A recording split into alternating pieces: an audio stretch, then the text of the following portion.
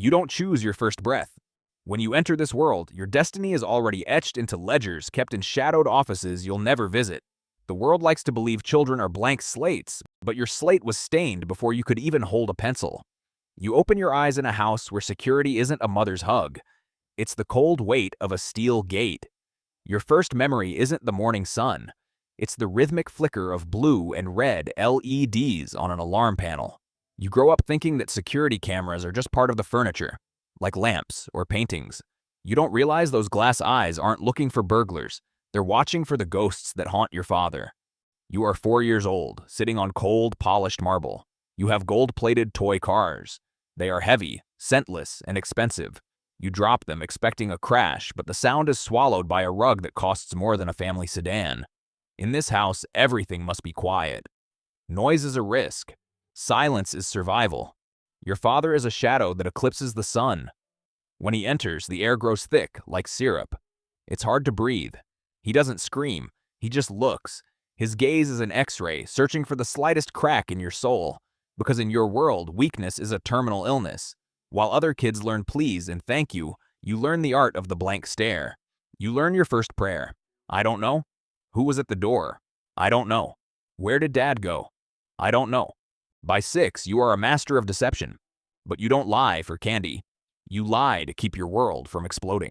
You see the terror in your mother's eyes. She's a porcelain doll living in a wind tunnel.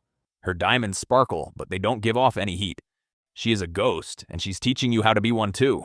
You notice things? The basement door that never opens? The gym bags in the garage that smell like chemicals and plastic?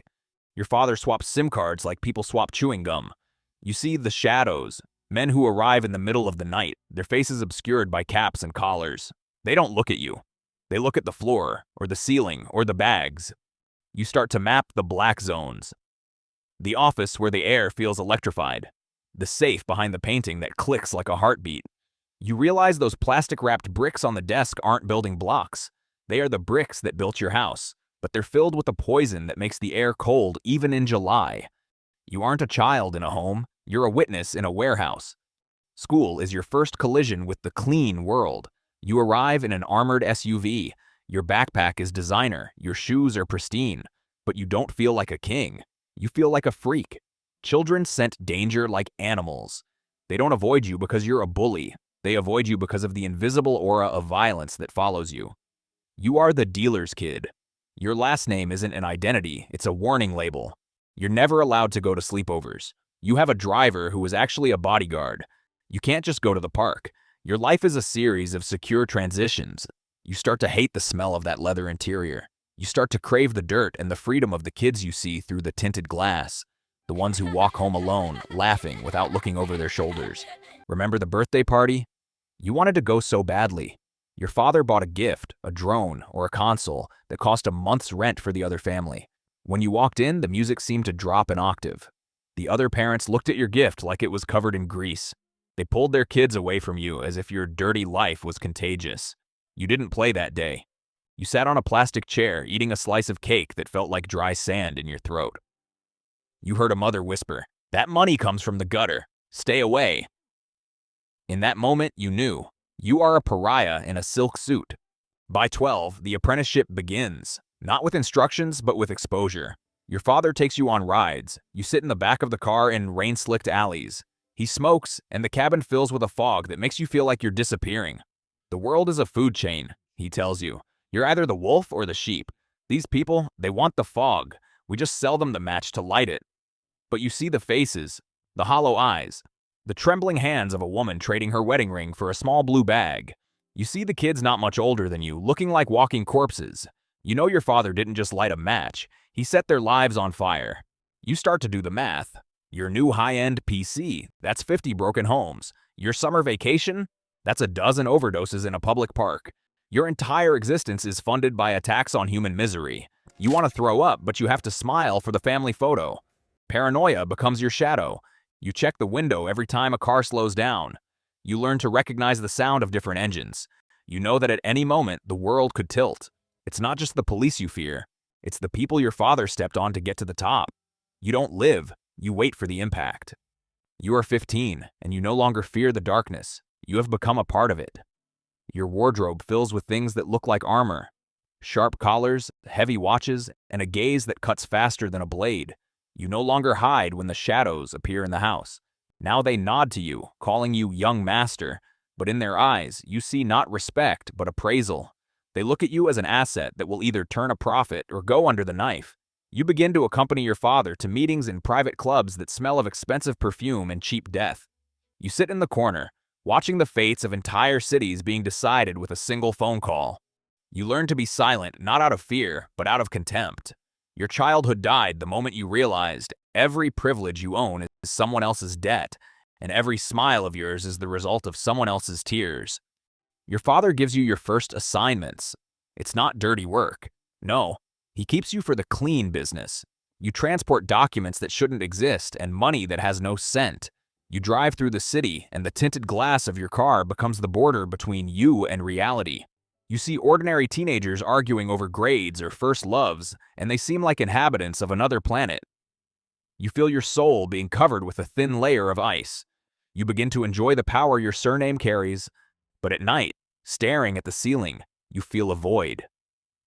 You know this path leads to a cliff, but the speed is too high to jump out. You have become a perfect tool in your father's hands, and the most terrifying thing is that you are starting to like it. You wait for your time, unaware that the clock is already counting down. You are 18, and instead of the keys to freedom, you receive the keys to the vault. Your coming of age is not a party with friends, but the official signing of papers where your name becomes a legal shield for your father's illicit assets. You are no longer the young master. You are a full accomplice whose signature transforms blood into figures in offshore accounts. You look at your reflection in the glass of a skyscraper and see not a young man, but a polished copy of the man you once feared. You begin to feel the taste of true, cold power. You are no longer just delivering envelopes. You are managing those who deliver them. Your voice has grown quiet, like your father's, and your decisions, just as ruthless. You convince yourself that you control the game, that you are smarter than those who came before you. But in moments of silence, when you are left alone with the luxury of your penthouse, you feel the noose tightening. You are at the top of the world, but this world is made of gunpowder, and someone is already holding a lit match to the very foundation. Problems don't start suddenly. They build up over time. At first, it's just small inconsistencies. You begin to notice the same car appearing near the house several times a day. At first, you assume it's a coincidence, but then you start recognizing the license plate and it stops feeling random. Security becomes more tense. They joke less, speak less, and spend more time scanning their surroundings. The atmosphere around the house shifts in a way you can't fully explain, but you can feel it. The rhythm of the house changes. Before, everything was structured and predictable. Meetings, visitors, phone calls, constant movement. Now there are gaps, pauses, waiting. Some partners stop showing up completely, while others start appearing too often, staying longer than they should. Your father changes as well. He no longer leaves his phone unattended. His conversations become short, precise, and controlled. He frequently steps into other rooms to take calls, closing the door behind him.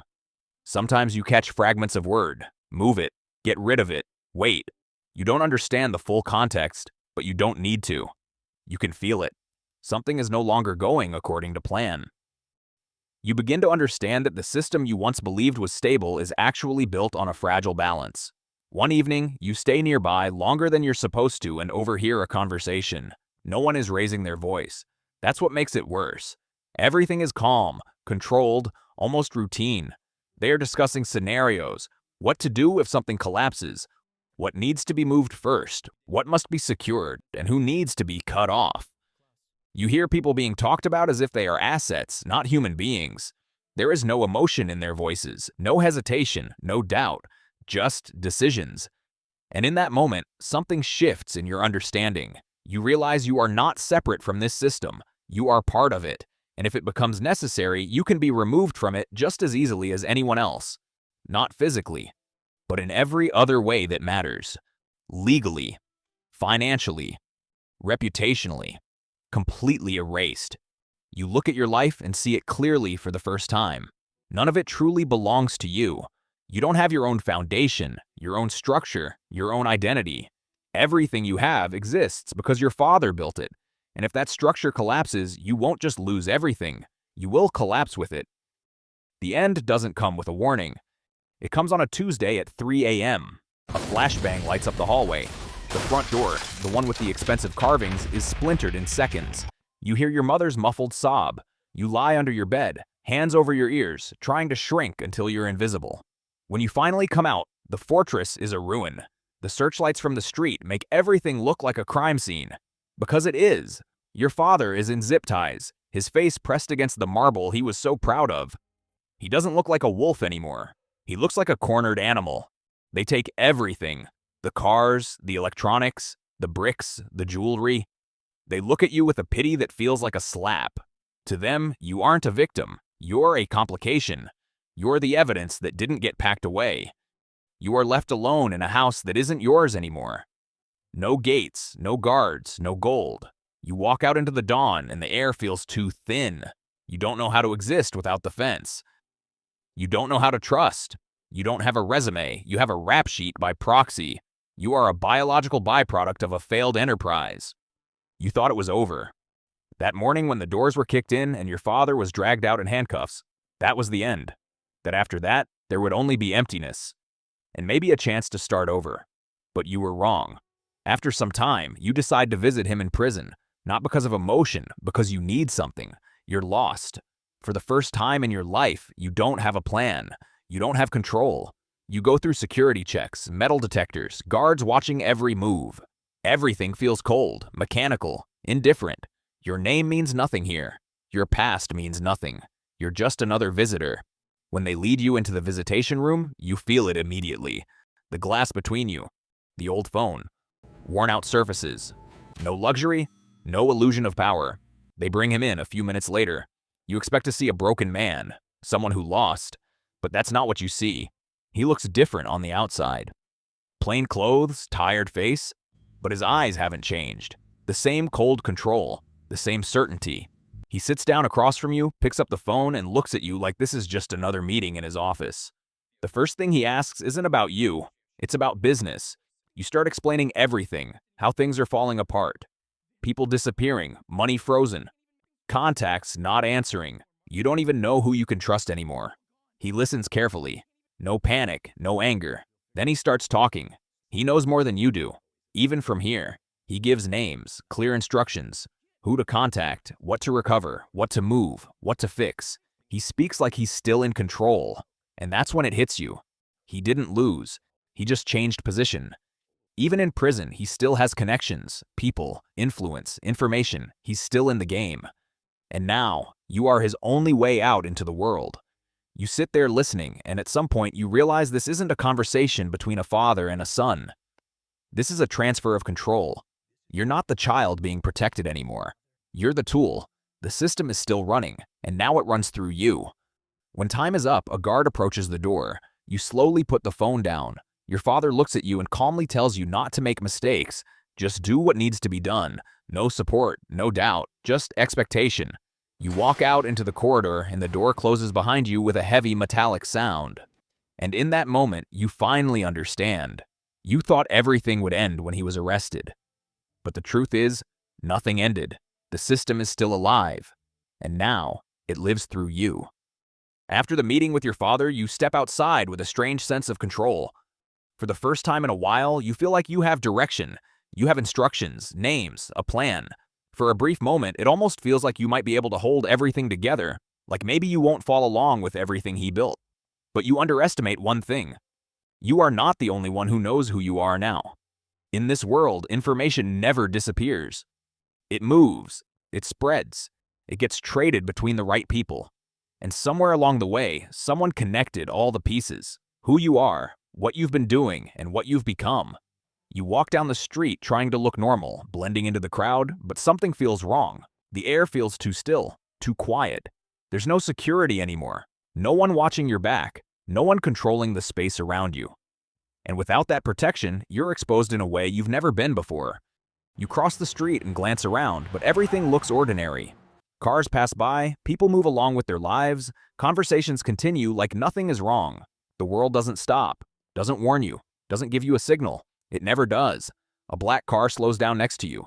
It doesn't rush, doesn't attract attention. It just stops, perfectly, like it belongs there. For a second, you hesitate. not reacting fast enough. And that's all it takes. The door opens, hands grab you and pull you inside before your mind can catch up with what's happening. There's no shouting, no panic, no chaos. Everything is fast, controlled, efficient. The door closes, and within seconds, the car is already moving, merging back into traffic as if nothing happened. You try to process it, to understand, but deep down you already know. It's over. You look at the men sitting next to you. Their faces are calm, empty. There's no anger, no emotion, no urgency. Just cold, precise calculation. To them, you are not a person, not a son, not a victim. You are a problem that needs to be removed. And in that moment, everything becomes clear. You became part of the same system that destroyed other people, the same system you watched growing up, the same one you thought you could control. And now, just like everyone else who became inconvenient, you are being erased. Everything you had, the money, the influence, the protection, means nothing anymore. Because in that world, there is no permanent position, no real safety. There is only time before it reaches you. The car disappears into traffic, swallowed by the city like it was never there. And the city keeps moving forward. People walk, talk, laugh, live their lives, completely unaware of what just happened a few seconds ago. As if nothing changed. As if you were never there. That's how this life really ends. This is how the perfect life in this story finally ends. The boy had everything, money, power, but he never truly had a chance at a normal life. His future was sold long before he was even born. Like everyone else, we only see the shine of gold, but we rarely see what exists behind a successful empire built on pain, pressure, and a life without freedom to choose or make mistakes. What do you think? Is it even possible to escape a system like this? Write your thoughts in the comments. If this video made you think, don't forget to leave a like and subscribe. Thank you for watching. Take care of yourselves and your freedom.